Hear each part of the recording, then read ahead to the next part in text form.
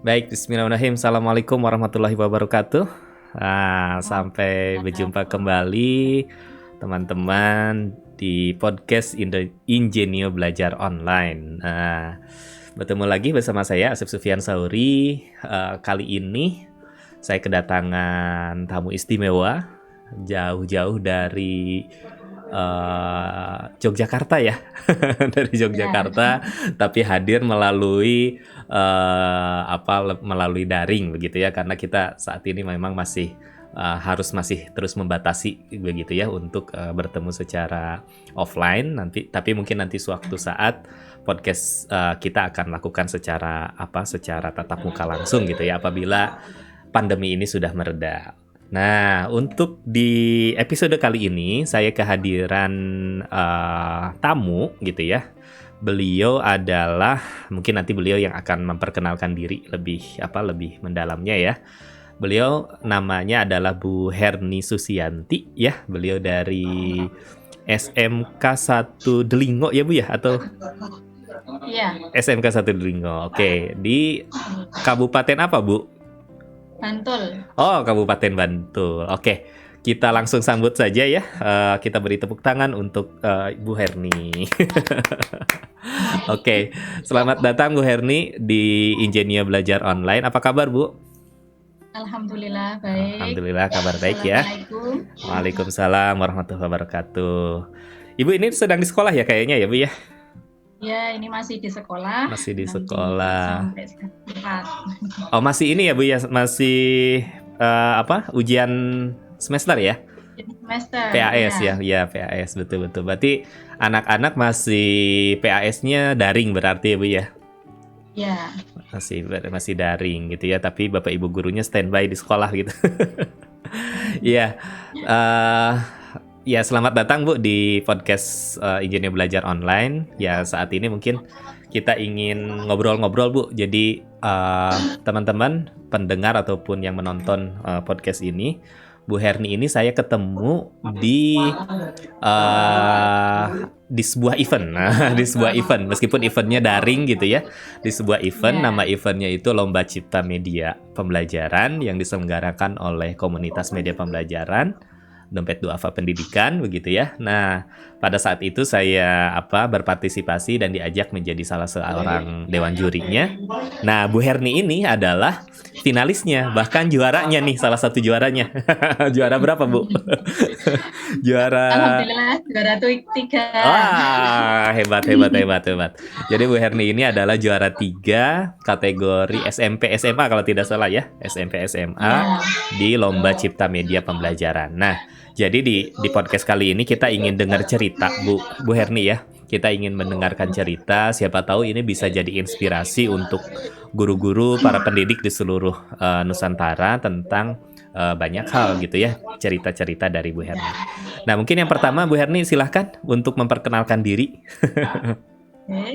Assalamualaikum warahmatullahi wabarakatuh. Waalaikumsalam. Selamat siang Bapak Ibu guru di seluruh Indonesia. Perkenalkan, nama saya Herni Susianti. Saya mengampu mata pelajaran Pendidikan Agama Islam yang saat ini mengajar di SMK Negeri 1 Delingo, yaitu daerah Bantul, paling timur, Provinsi Daerah Istimewa Yogyakarta. Jadi kalau sudah ada yang pernah ke hutan pinus Becuci, itu dekat dengan rumah saya. Gitu. Iya. Saya mulai menjadi guru PAI sejak tahun 2010. Sebelumnya mengajar di SMK Negeri 1 Awen, Gunung Kidul, perbatasan Klaten. Jadi muridnya malah banyak dari Klaten. Nah, sejak 2019 pindah ke kampung halaman saya yaitu di Delingo, Kabupaten Bantul. Mungkin itu sekilas informasi dari Iya, terima kasih Bu Herni. Berarti sudah masuk tahun keberapa Bu ini mengajar PAI? Sejak 2010 berarti hampir sekitar 10 tahun ya, 11 tahun ya, masuk 11 tahun. Tapi ya masih belajar juga lah. Iya, jadi mata pelajaran PAI saat ini di SMK berarti Bu ya. Ini SMK-nya di bidang keahlian apa Bu, SMK 1 Delingo ini? Kalau di sini ada TAV, ada busana, sama jurusan kriya kayu. Ada kriya kayu juga ya. Jadi Menarik, mebel. menarik. Mebel ya, ke arah mebel ya. Dan Ya, kebetulan Ibu mengajar di mata pelajaran PAI ya, Pendidikan Agama Islam. Nah, Bu Herni, ya. saya ingin dengar cerita dari Bu Herni. Selama pandemi ini berarti ini sudah berapa bulan ya Bu ya? Sudah hampir setahun kayaknya kita ya melakukan Iya, daring begitu ya. Anak-anak mungkin di sana di ya. Bantul, di Delingo. Eh, Bagaimana Bu suka dukanya Bu ketika pelaksanaan belajar di rumah selama ini Bu? Ya, kalau saya sendiri merasa lebih banyak menyita waktu selama pandemi ini karena guru harus menyiapkan materi, kemudian anak itu tidak bisa standby, terutama di sekolah saya. Waktunya belajar itu mereka belajar itu enggak, karena apa, mereka itu banyak yang bekerja malahan. Oh, betul betul Mereka kan betul. banyak Sambil yang bekerja juga ya. jurusan kriya kayu itu mereka bekerja. Jadi mereka baru buka chat itu pembelajaran itu sore hari, bahkan ada yang malam hari Betul betul itu. betul betul betul. Jadi harus siap selama 24 jam. Justru ketika belajar di rumah itu lebih sibuk ya Bu ya dibandingkan Iya, dengan ketika kita klasikal di tatap muka tatap di muka. kelas, Ya, tatap muka begitu ya. Karena kan kalau apa kan ada yang kalau orang yang tidak tahu begitu ya kadang-kadang ada yang bilang wah enak nih gurunya sekarang jadi apa nggak usah ketemu begitu ya jadi lebih santai justru ya, malah lebih sibuk ya Bu Herni ya malah lebih sibuk. karena kita Bahkan ada harus. yang bilang makan gaji buta, padahal Nah, enggak itu kan. betul. Padahal kan justru lebih sibuk ya, Bu ya. Bahwa Ya, kita harus menyiapkan media pembelajarannya, kemudian ya, memotivasi siswa ya. Itu mungkin pekerjaan yang lebih ya, sulitnya ya, bahwa ya, kalau di kelas mungkin kita bisa kondisikan sedemikian rupa. Nah, sekarang di rumahnya masing-masing, apalagi tadi ya, banyak ya. siswa yang sambil bekerja dan sebagainya itu pekerjaan yang ekstra sebetulnya begitu. Luar biasa. Nah, jadi strategi apa Bu yang Ibu lakukan Bu ketika tadi ya ada siswa pun sulit gitu ya untuk melakukan pembelajaran secara daring. Mungkin faktornya banyak ya, bisa jadi tadi ya Ya. sambil bekerja atau juga pastilah internet juga bisa jadi kendala besar juga ya Ya. di sana begitu. Nah, strategi apa Bu yang Ibu lakukan selama pelaksanaan belajar di rumah selama ini? Ya, Selama. kebetulan kan di sini daerah pegunungan, jadi sinyal Hmm. juga sulit. Kemudian anak-anak itu tidak semua punya HP. Iya. Jadi untuk melakukan pembelajaran itu tidak bisa menerapkan aplikasi yang membutuhkan apa ya itu namanya bandwidth besar. Bandwidth besar betul. Seperti ya, jadi kita hanya bisa menggunakan WA karena WA itu lebih merakyat ya, Betul semua betul betul. punya aplikasinya. Kemudian kalau mau pakai apa itu namanya JB Class itu juga anak-anak kesulitan, kendala sinyal, kendala HP itu tadi. Jadi di awal-awal daring itu diterapkan dua cara, yaitu secara online kita kalau ulangan memakai Google Form, kemudian ketika menyampaikan materi memakai apa itu share PDF itu, kemudian ya ke grup WhatsApp itu ya Bu ya? Ya, menjelaskannya kan ya lewat WA itu, kemudian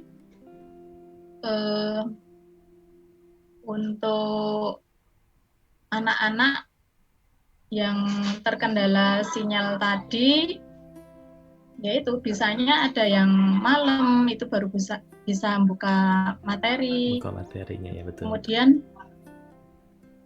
sekolah juga menerapkan anak ngambil tugas ke sekolah bagi yang tidak punya HP. Berarti tetap menggunakan karena hanya untuk hadir saja ke sekolah untuk mengambil modul tugas saja begitu ya Bu ya? Tugas ya. Terus waktunya ngumpul ya dikumpul mungkin seminggu sekali, kalau nggak bisa tiap hari seperti itu. Oke. Nah kemudian awal semester yang ini ajaran baru ini karena di daerah saya zona hijau, ya seringnya zona hijau, jadi dilakukan tatap muka secara bergantian. 50% ya Bu ya? 50%. 100%. Atau ketika minggu ini masuk, minggu depan daring, seperti itu. Khusus untuk mapel saya. Siap. Tapi kalau yang kejuruan kebanyakan sudah masuk. Baik. Nah, untuk mengatasi tadi, ketika disampaikan materi lewat WA itu kan kebanyakan langsung dihapus. Karena apa? Memenuhi ya? memori. Ya. Iya penuh, betul. Akhirnya itu pakai Google Form. Nah, selain itu saya juga menerapkan media yang kemarin saya lombakan kemarin berupa aplikasi media pembelajaran berbasis Android. Jadi bagi mereka yang ini kesulitan tatap muka, mendengarkan penjelasan dari guru, bisa belajar mandiri lewat aplikasi yang mereka pasang di HP. Jadi mereka bisa buka-buka materi secara offline. Seperti itu. Betul. Jadi sebagai salah satu strategi tadi ya, bahwa bandwidth-nya juga terbatas, kemudian kalau di WhatsApp-nya juga terlalu penuh gitu ya, akhirnya Ibu membuat aplikasi yang itu luar biasa. Berarti pasti saya yakin itu effortnya juga sangat luar biasa. Itu berapa lama Bu membuat media itu, Bu? Membuatnya itu lama, nggak cukup 1 minggu, kadang sampai 3 minggu itu baru ini. Iya. Kecuali kalau udah terbiasa ya cepet, karena kan harus ngasih animasi, ngasih suara, gitu. Kalau saya kan juga bikin video pembelajaran yang diupload ke YouTube. Itu tujuannya agar anak bisa mendengarkan penjelasan saya dalam menjelaskan materi. Jadi saya share linknya untuk dipelajari. Itu untuk penjelasan. Tapi kalau yang untuk mandiri itu kan bisa lewat aplikasi. Aplikasi itu ya. Itu luar biasa. Oke, jadi teman-teman, ini sebagai informasi saja. Jadi Bu Herni ini media yang diikutkan lomba pada tadi yang saya ceritakan itu berupa aplikasi basisnya Android. Jadi para siswa itu diminta untuk mendownload, begitu ya Bu ya, download lalu kemudian diinstal di HP-nya. Nah akhirnya secara offline ya Bu ya, secara offline nanti peserta didik ataupun para siswa bisa mengaksesnya gitu ya, tanpa harus kesulitan dengan sinyal internet begitu. Ini luar biasa. Nah Bu, itu tadi ya prosesnya cukup panjang juga. Nah ini Ibu sendiri, Bu Herni, belajar dari mana Bu membuat aplikasi Android? Sebelumnya saya belajar lewat ini diklat di BTKP DIY. Ada diklat ya? Yang ngajari ya dari BPMPK Kemdikbud Semarang itu yang ngajari. Lalu kemudian Ibu langsung setelah itu ada pelatihan online, itu kebetulan saya jadi instrukturnya yang SAC itu, jadi kalau nggak diterapkan itu kan lupa. Jadi alhamdulillah bisa sambil menerapkan. Iya betul. Learning by doing ya Bu ya. Karena yang paling penting itu ilmu itu dipraktikkan gitu ya. Kalau tidak dipraktikkan jadi lupa, betul. Luar biasa. Nah jadi berangkat dari itu akhirnya Ibu bisa membuat aplikasi-aplikasi ini. Bagaimana Bu kesan anak didik Bu terhadap aplikasi yang dikembangkan Bu? Ya, alhamdulillah menyambut baik, terutama ini malah mereka ada yang usul Mbak di-upload di Play Store. Google Play atau di Play Store itu. Tapi enggak kan pakai berbayar ya itu ya. Jadi setelah untuk anak-anak. Iya betul. Mereka pun bangga gurunya bisa menciptakan aplikasi di HP. Betul. Artinya itu sangat membantu dalam proses belajar mandiri juga ya Bu ya, untuk para siswa ya Bu ya. Nah itu kalau kemarin bisa yang meningkatkan hasil belajar juga. Oh iya sampai hasil kebelajarnya juga ya. Nah kemarin itu kan bab tentang ibadah haji ya Bu ya, kalau tidak salah ya. Nama medianya itu apa Bu kemarin? MPI ya, MPI haji itu apa? Nama medianya Bu kemarin itu apa? Saya lupa. Kemarin sempat bingung sih mau ngasih nama apa, itu kemarin namanya MPI Haji. Oh, MPI Haji. Aslinya kan itu media pembelajaran berbasis Android dengan judul menyempurnakan. Oke. Menarik. Nah, itu berarti kan itu bab tentang ibadah haji ya. Itu tuh berarti satu topik ya, satu topik dalam itu tuh kelas berapa, Bu? Materi kelas berapa, Bu? Iya, materi Kelas di kelas 10 kelas semester 10. 2. Kelas 10 semester 2. Nah, untuk Iya, materi-materi lainnya Ibu mengembangkan juga ke dalam aplikasi itu atau baru itu yang sudah dikembangkan? iya. Saya selain itu juga membuat aplikasi tentang pernikahan, itu untuk kelas Hmm. 12 semester 1. Kemudian materi perawatan jenazah, itu kan bisa dilihat tata caranya lewat aplikasi itu untuk materi kelas 11 semester 1 juga. Jadi dari kelas 1, 2, 3 SMK saya buat. Oke, luar biasa. Ini Bu Herni ini salah satu guru yang rajin gitu ya, karena tadi proses membuatnya saja lama begitu ya. Iya. Kemudian sudah diterapkan di berbagai topik materi yang sudah disiapkan. Nah, Ibu, Iya. kan wacananya adalah dalam waktu dekat kemungkinan gitu ya, sudah akan diizinkan Ya. untuk pembelajaran tatap muka ya. Berarti media-media yang sudah Iya. dikembangkan ya tidak dalam artian tidak berguna lagi, tetap akan berguna, tetapi mungkin sekarang sudah nanti ke depan akan kembali ke tatap muka. Nah, sebetulnya Bu, menurut Bu Herni, eh, hikmah apa sih Bu ketika kemarin kita diwajibkan belajar dari rumah atau PJJ gitu ya? Akhirnya kita harus berinovasi, kita harus belajar gitu ya, seperti tadi Bu Herni belajar untuk membuat aplikasi berbasis Android gitu ya. Nah, sedangkan nanti Ya. Januari katanya kita akan bisa tatap muka lagi.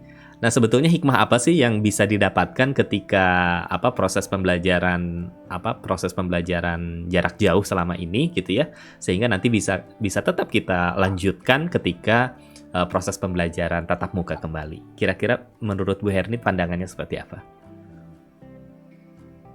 Kalau hikmah untuk saya sendiri, masa pandemi ini adalah suatu tantangan bagaimana saya bisa menciptakan inovasi atau media pembelajaran yang bisa membantu anak didik belajar meski tidak bisa bertatap muka langsung dengan gurunya. Jadi harus membuat materi yang lengkap, kemudian dijelaskan lewat YouTube tadi, kemudian membuat aplikasi online, itu semata-mata untuk membantu para siswa agar mencapai tujuan pembelajaran. Selain itu di masa pandemi juga mendorong bagaimana bisa mengaktifkan para siswa yang cenderung banyak tantangannya itu tadi. Banyak yang males, banyak yang nggak bisa standby untuk belajar lah. Seperti itu. Ya, jadi kita pun mencari cara-cara terbarukan gitu ya, cara-cara baru gitu ya, berinovasi dari membuat modul, bagaimana memotivasi siswa begitu ya Bu ya, yang dimana mungkin nanti ketika tatap muka kira-kira apa Bu yang bisa kita terapkan nih, meskipun nanti mungkin tatap muka, kira-kira apa Bu yang menurut Bu Herni, ini tetap bisa kita lanjutkan nih gitu ya, misalkan membuat modulnya atau apanya, ada nggak Bu? Meskipun tatap muka, apa yang sudah dipelajari dan inovasi yang dilakukan di masa pandemi itu sebenarnya masih tetap bisa disampaikan ke peserta didik. Jadi tidak ada usangnya. Karena anak didik kan juga berganti jenjang, kemarin yang sudah saya buat untuk kakak kelasnya bisa untuk adik kelasnya. Untuk dipelajari kembali. Betul. Sehingga memperkaya pembelajaran yang kita selenggarakan, dan baik mau itu dilakukan secara tatap muka ataupun secara jarak jauh, tentu media itu akan terus bisa kita gunakan ke dalam proses pembelajaran yang kita lakukan. Oke, luar biasa. Bu Herni, ada cerita lain yang mungkin bisa di-share ke teman-teman guru di seluruh Nusantara tentang kenapa sih kita perlu terus bertumbuh gitu ya, terus belajar. Baik kemarin itu kalau saya istilahkan itu pandemi itu adalah ujiannya kita gitu ya. Kalau kita bisa lulus berarti kita naik tingkat gitu ya.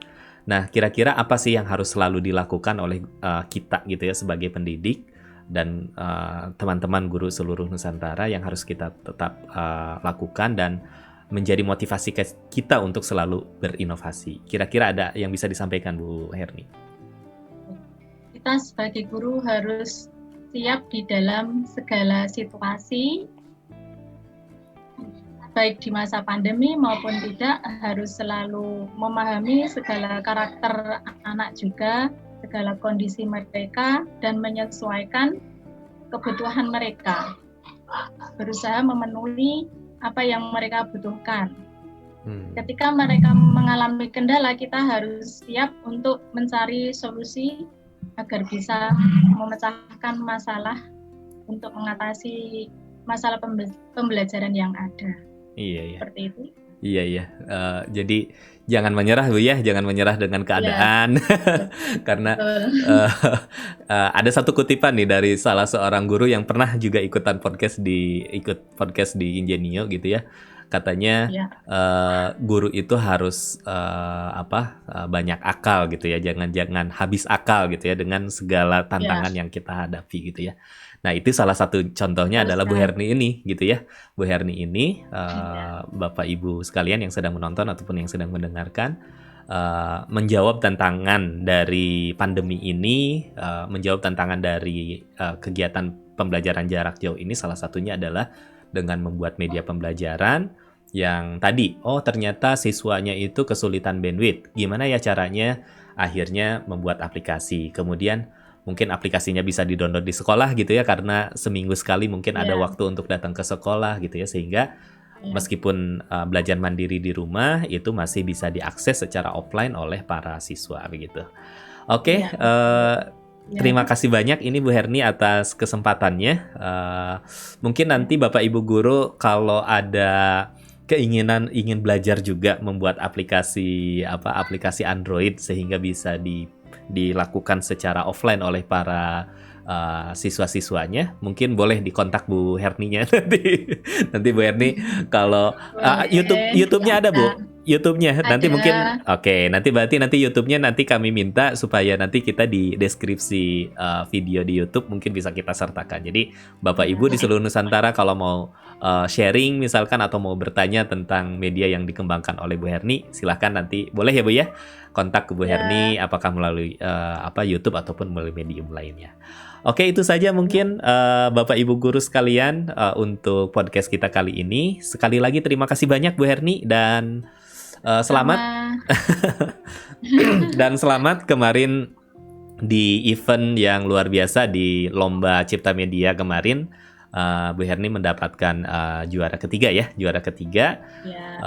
Pesan kami tetap semangat dan terus berinovasi begitu ya, baik saat ini melakukan pembelajaran melalui daring ataupun nanti ke depan kita sudah akan melakukan lagi tatap muka, tapi semangat untuk terus berinovasi, mencari cara-cara terbarukan dalam pelaksanaan pembelajaran terus kita lakukan. Itu saja mungkin yang bisa kita sampaikan. Terima kasih atas perhatiannya. Kita tutup dengan bacaan hamdalah. Alhamdulillahirrahmanirrahim. Saya tutup. Wassalamualaikum warahmatullahi wabarakatuh. Waalaikumsalam warahmatullahi wabarakatuh.